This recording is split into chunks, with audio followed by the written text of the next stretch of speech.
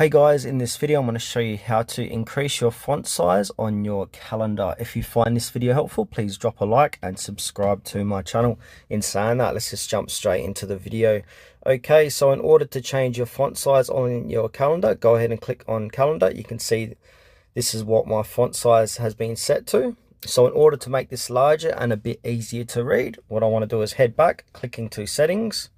Now from settings, I need to navigate lower and click onto, we're looking for display. So go ahead and click onto display, scroll down lower again, and then there'll be a font size and style button. Go ahead and click on font size and style. And at the bottom of the page, you can see a slider left to right. So if I move it left to right, left is going to make it smaller, right is going to make it larger. So if I keep it on the, say, the second or third largest, I'm going to go back to calendar, my calendar, and it should be changed accordingly. Well, there you go. So now it has been increased and it's going to make it a bit easier to read.